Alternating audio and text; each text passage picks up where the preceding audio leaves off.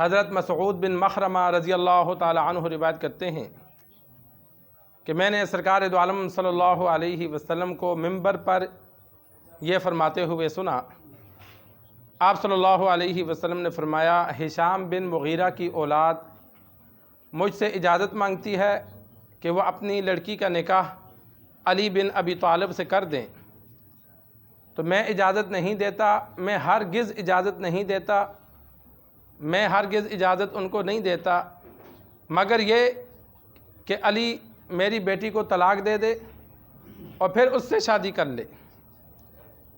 آپ صلی اللہ علیہ وسلم نے فرمایا، فاطمہ میرے جگر کا ٹکڑا ہے، جو اسے برا لگے وہ مجھے برا لگتا ہے، جو اس کو تکلیف پہنچائے اس نے مجھے تکلیف پہنچائی۔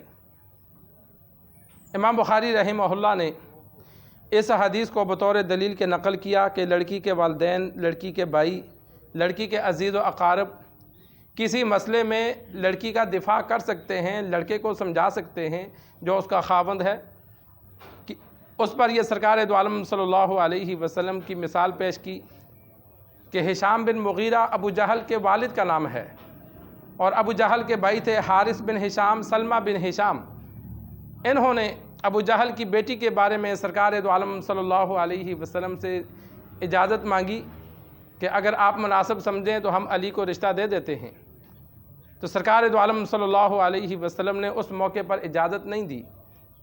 انسان کو طبعی طور پر دکھ ہوتا ہے اور طبعی طور پر خوشی ہوتی ہے۔ عام مسلمانوں کو دکھ برداشت کرنے کا حکم ہے۔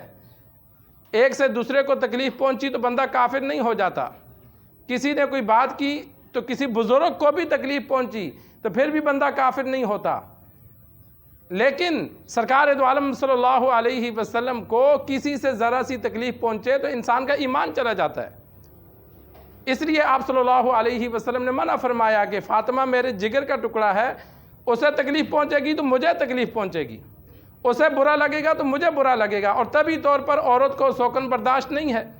آپ صلی اللہ علیہ وسلم کی ازواج مطہرات تھیں، عرب میں 2-2 4-4 شادیوں کا آج بھی رواج ہے، لیکن یہ نہیں ہوتا کہ عورت راضی نہیں ہوتی، اس کو برداشت کرنا پڑتا ہے۔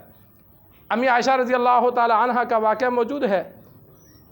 ام المؤمنین جویریہ رضی اللہ تعالی عنہ آپ صلی اللہ علیہ وسلم سے بدل کتابت کے سلسلے میں بات کرنے آئیں کہ مجھے اتنی رقم مل جائے تو میرا جو مالک ہے صحابی وہ مجھے آزاد کر دے گا۔ تو امی عائشہ فرماتی ہیں خوبصورت لڑکی تھی، تو میرے ذہن میں یہ بات آئی کہ کاش یہ نبی کو نہ ملیں، لیکن روکا نہیں، رکاوٹ نہیں بنی، لیکن ذہن میں وہ کہتی ہے میرے یہ بات آئی کہ اللہ کرے کوئی ایسی صورت بنے کہ آپ صلی اللہ علیہ وسلم سے اس کی ملاقات نہ ہو یا چلی جائے، اس لیے کہ یہ خوبصورت ہے، آپ صلی اللہ علیہ وسلم اسے دیکھیں گے تو نکاح کر لیں گے۔ اور ان کا جو یہ شک تھا وہ صحیح ہوا۔ آپ صلی اللہ علیہ وسلم سے ملاقات کر کے کہا، یا رسول اللہ مجھے ایسے ایسے بدل کتابت کی ضرورت ہے۔ کافرہ تھیں، آپ صلی اللہ علیہ وسلم نے دعوت دی کہ ایمان لے آؤ، پیسے میں دے دیتا ہوں، مجھ سے شادی کر لو۔ اس نے کہا مجھے منظور ہے، تو شادی ہو گئی۔ اب عورت پسند نہیں کرتی لیکن رکاوٹ نہیں بنتی، برداشت کرتی ہے۔ لیکن نبی کے لیے اگر کوئی تکلیف دے، نبی کے لیے برداشت کا حکم نہیں ہے، بلکہ امتی کو حکم ہے کہ تم تکلیف نہ دو۔ نبی کو تکلیف دو گا ایمان ختم ہو جائے گا۔ تو سرکار دو عالم صلی اللہ علیہ وسلم نے بچی کی جانب سے دفاع کیا کہ نہیں، میری بیٹی موجود ہے تو اور شادی نہیں کر سکتے، کرنی ہے تو میری بیٹی کو طلاق دے دے، پھر جہاں مرضی کر لے۔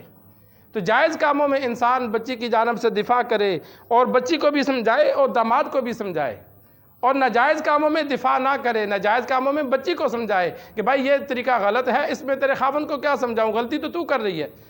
ناجائز کاموں میں دفاع کرنے سے گھر خراب ہوتا ہے، جائز کاموں میں دفاع کرنے سے بندہ اللہ کے ہاں بھی گناہگار نہیں ہوتا اور رشتہ داروں میں بھی گناہگار نہیں ہوتا، برا نہیں بنتا۔ تو اس وجہ سے گھر آباد کرنے کے لیے، لیکن ایک جواز کے طور پر امام بخاری نے اس حدیث کو نقل کیا کہ ضرورت کی وجہ سے اگر لڑکی کے والدین بات کریں تو یہ شریعت میں گنجائش ہے، وہ داماد سے، اس کے رشتہ داروں سے لڑکی کے دفاع میں بات کر سکتے ہیں۔ اللہ سے دعا ہے اللہ ہمیں دین سیکھ کر، سمجھ کر عمل کرنے کی توفیق عطا فرمائے۔